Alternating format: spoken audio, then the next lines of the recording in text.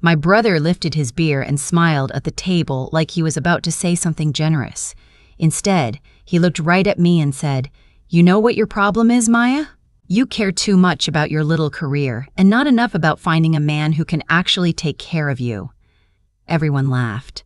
My mother covered her mouth like it was the funniest thing she'd heard all year. My father nodded slowly, the way he does when he agrees, but doesn't want to say it out loud. I felt my fork go still in my hand. I had spent the last 4 years wiring money to that table, keeping the lights on, covering the mortgage gap, paying down the credit card my mother swore she'd stop using, and my brother, who hadn't held a steady job in 2 years, was telling me I needed a man to take care of me. I set my fork down. I looked at him and said, "That's interesting, Marcus. Who's been taking care of you?" The table went quiet so fast it felt like a power outage, but that silence wasn't the end of anything. It was the starting gun. Before I tell you what happened after that dinner, tell me where you're listening from, because I need to know I'm not the only woman who's ever sat at a family table and felt like a stranger in her own story. My name is Maya Calloway. I'm 31 years old.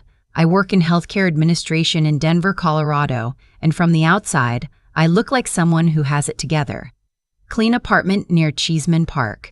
A job with benefits. Savings I built from nothing.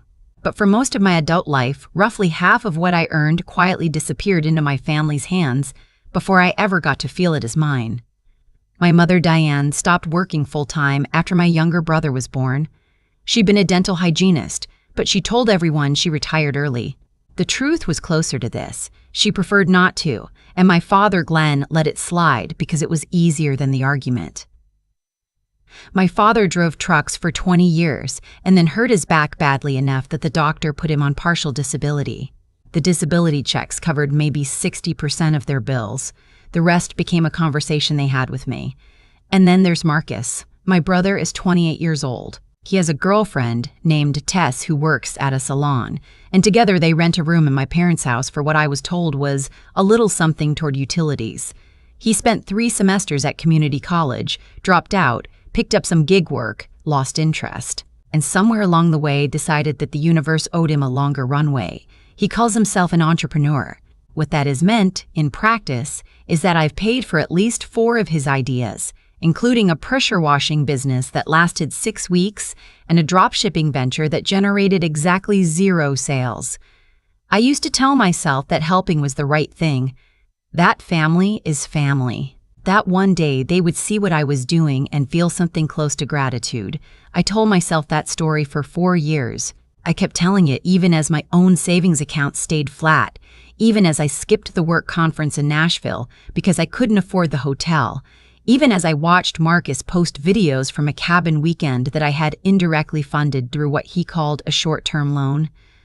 Every other Sunday, I drive 40 minutes south to my parents' house in Lakewood for dinner. My mother makes the same things every time: pot roast, green beans from a can, store-bought rolls warmed in the oven. The house smells like dryer sheets and carpet that needs replacing. There are photos everywhere. Marcus at his high school graduation, wide grin, cap slightly crooked. Marcus at a family reunion, front and center. My parents on their anniversary trip to Branson. I am in some of those photos too, usually at the edge, slightly turned as though the camera caught me mid-exit. I bring dessert. I do the dishes. I ask about my father's back and my mother's book club and whatever Tess has been up to. They tell me about Marcus's latest idea, about how he just needs the right opportunity, about how things are tight right now, and they're not sure how they're going to handle the property tax bill this quarter. I smile and I say the right things, and I drive home on the highway at night, wondering why I feel emptier leaving than I did arriving. That particular Sunday, I noticed something in the air before I even took off my coat. My mother was moving too quickly, talking too much about nothing. My father kept glancing at Marcus like they had rehearsed something. Marcus himself was in a good mood, which is usually a signal, the way a sunny day in February in Colorado can mean a storm is 2 hours out. We sat down. The pot roast was dry. Marcus poured himself a generous glass of wine, the bottle I had brought, and started talking about a friend of his who had just gotten a job in sales and was already pulling 6 figures. He said it the way people say things when they want you to feel like you're behind. My mother asked me if I was seeing anyone. I said no. She made a small sound in her throat. My father looked at his plate. Then Marcus leaned back the way he does when he's about to perform and said it, that I cared too much about my career and not enough about finding a man who could take care of me. And everyone laughed. I felt the specific heat that starts in your chest and rises slowly to your jaw. I knew that heat. I had swallowed it down so many times over so many dinners that I could have mapped its exact route through my body. But this time, something was different. Something had already been shifting in me for weeks, and that laugh was the last ounce of weight on a floor that had been weakening for a long time. I set my fork down and I asked him who had been taking care of him. The silence that followed was not comfortable. It was the kind of silence where everyone is deciding simultaneously whether to laugh it off or let it land. My mother started to say something with a soft voice, the smoothing over voice, but I wasn't finished. I said calmly that I was genuinely curious, because from where I was sitting, I had sent money to this house 11 times in the last 14 months.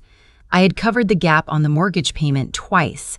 I had paid off the Visa card in March because my mother had called me crying. I had given Marcus $1,800 in August for the business that no longer existed, so I wanted to understand who exactly was being taken care of by whom at this table.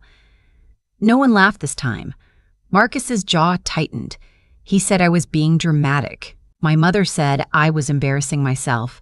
My father said quietly that this wasn't the time or place.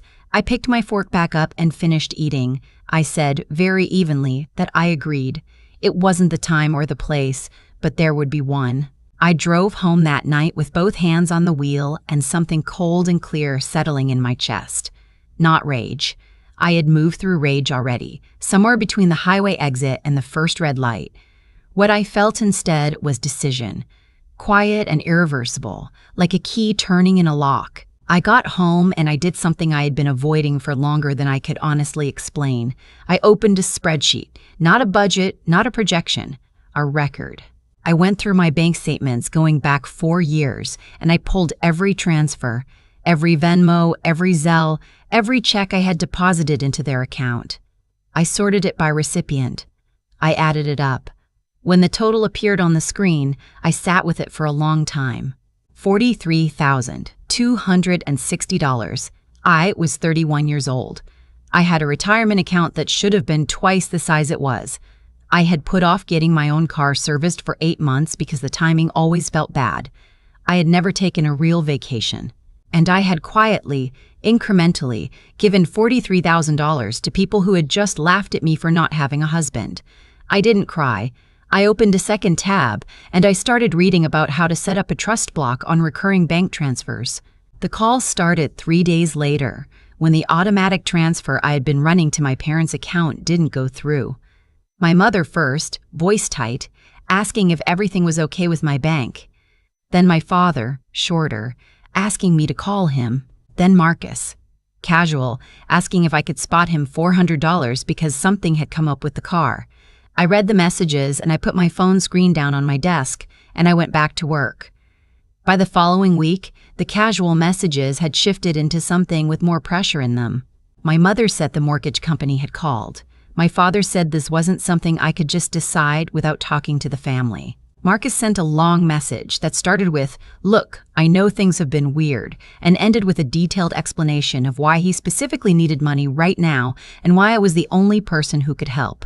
I saved every message, every single one, screenshots with timestamps, organized into a folder on my phone. I had started doing this not out of anger, but out of a quieter instinct, the feeling you get when you sense that a situation is about to require documentation. That instinct turned out to be right. The Sunday after the stop transfers, I got a message from my mother that said simply, "Come to dinner. We need to sort this out as a family." Not a question, not an invitation, a summons. I thought about not going. I sat with that option for 2 full days. And then I decided that if there was going to be a conversation, I was going to be the one who chose what it covered. I drove to Lakewood on a cold, gray Sunday, and I felt nothing like the woman who usually made that drive rehearsing how to keep the peace. I felt entirely still. I had a folder on the passenger seat. I had made 2 phone calls earlier that week, one to my bank, and one to a woman named Andrea, a family law and civil attorney whose number I had found through my coworker Priya, who had gone through her own version of this 2 years earlier. Priya had said, "Document everything before you say anything. Then say it once, clearly." I had done exactly that. The house looked the same from the outside. The dead plant on the porch my mother had been meaning to replace for 3 years. The side gate that never latched right. I had paid for the gate latch repair, and they had never installed it. I noticed that now in a way I hadn't before. Inside, the tension was sitting at the table before I was. My mother was arranging things that didn't need arranging. My father stood near the kitchen counter with his arms crossed. Not angry exactly, but positioned like a man who had prepared an argument. Marcus was on the couch with the TV on, which was his version of pretending not to care. My mother started before I had even sat down. She said the mortgage was 17 days late and that they needed me to understand what that meant for the family. She said she didn't know what had gotten into me, but that I was putting everyone in a very difficult position. She said it the way she has always said hard things, like she is reporting a natural disaster that no one is responsible for. I sat down. I put the folder on the table. I said I understood the mortgage was late. I said I also understood that I had been covering the gap on that mortgage for 22 of the last 48 months. And I asked, genuinely, what the plan had been for the other 26 months and what the plan was going forward. My father said the plan was that I was their daughter and families help each other. I said I agreed. I asked when Marcus's contributions to the household were scheduled to increase. Marcus came in from the living room then, drawn by the sound of his name. He stood in the doorway with his arms crossed like he was mirroring our father. And he said I had a lot of nerve coming in here acting like I was better than everyone just because I had a decent job. I looked at him for a moment. I said I didn't think I was better than anyone. I said I thought I had been clearer than I realized about where my money was going, and less clear than I should have been about the conditions attached. Then I opened the folder. I had printed 3 copies of the same document, 4 years of transfers organized by date and recipient with a typed summary at the top. Total outgoing. Breakdown by category. My name, their names, my account, their accounts. Clean and readable the way I format reports at work. I put 1 copy in front of my mother, 1 in front of my father, and I set the 3rd one aside. My mother looked at the paper and looked away.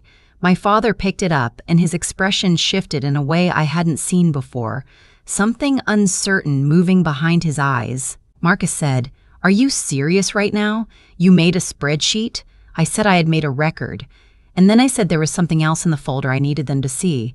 I pulled out a letter.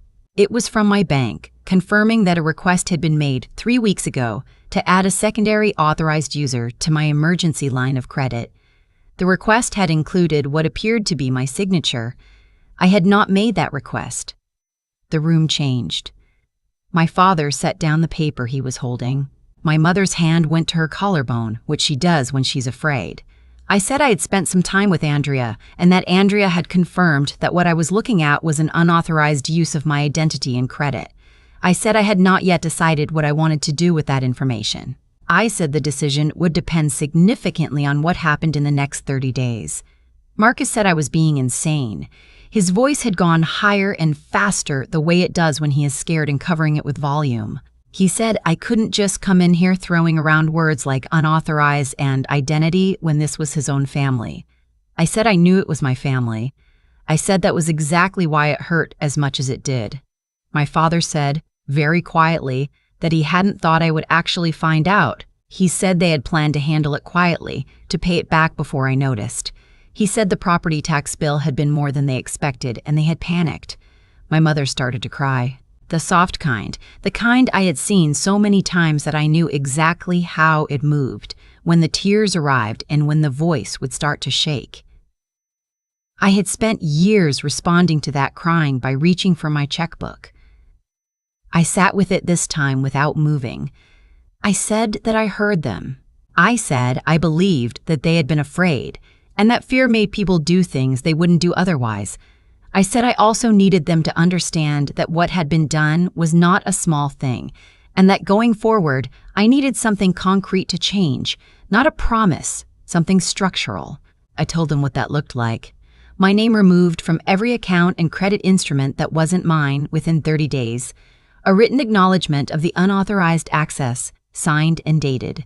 A realistic conversation about the house, about whether it was sustainable for them to stay in it, because I was not going to continue to be the ceiling holding up a structure that needed a different foundation. My father looked older than I had ever seen him look. He said, "Maya, we're your parents." I said, "I know, and I love you. But love doesn't mean I have no limits. It means I'm telling you clearly where they are instead of disappearing without a word." Marcus left the room. I heard the back door open and close. My mother wiped her eyes and said she didn't know how things had gotten to this point. I said I thought we both knew, if we were being honest. She didn't argue with that. That was the most honest moment we had ever had at that table. I left an hour later. I drove home in the dark with the heat on and the radio off, and I felt something I hadn't felt in the car after a Sunday dinner in years. I felt like I had taken up exactly the amount of space I was supposed to take up. Not apologetic space, not careful space, just mine. Andrea called me 11 days later. The bank had completed their review. The unauthorized access was confirmed. My name had been removed from the line of credit because I had chosen not to file a formal complaint. No criminal referral had been made, but the record existed, and Andrea had made sure I understood exactly what that meant for any future situation. I stood at my kitchen window with the phone warm in my hand, and I looked out at the street below, and I thought about all the Sunday dinners, all the pot roast and the canned green beans and the photos on the wall where I was always slightly out of frame. I thought about all the transfers, all the mornings I woke up and checked my balance and felt the quiet dread of watching my own life thin out at the edges. I thought about my brother's face when I put the folder on the table, that flicker of something under the performance, something that looked almost like shame. I wasn't happy about any of it. I want to be clear about that. There is no version of this story where I felt triumphant. What I felt was the specific, tender relief of someone who has been holding their breath for 4 years and finally exhaled. I still talk to my mother.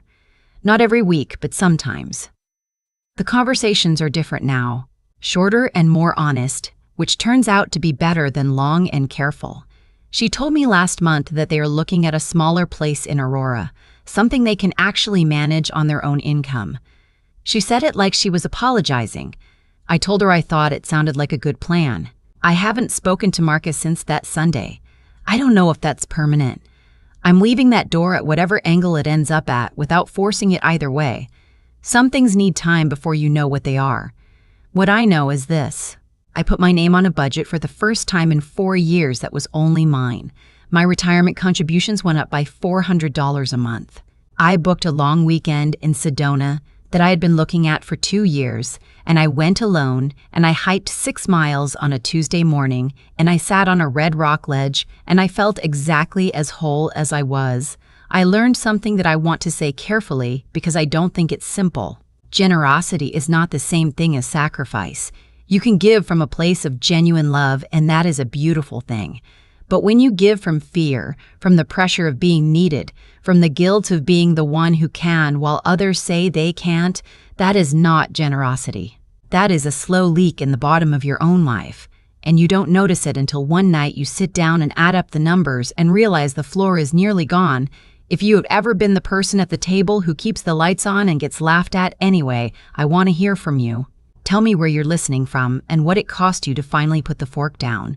And if this story found you at the right moment, subscribe, because there is more where this came from.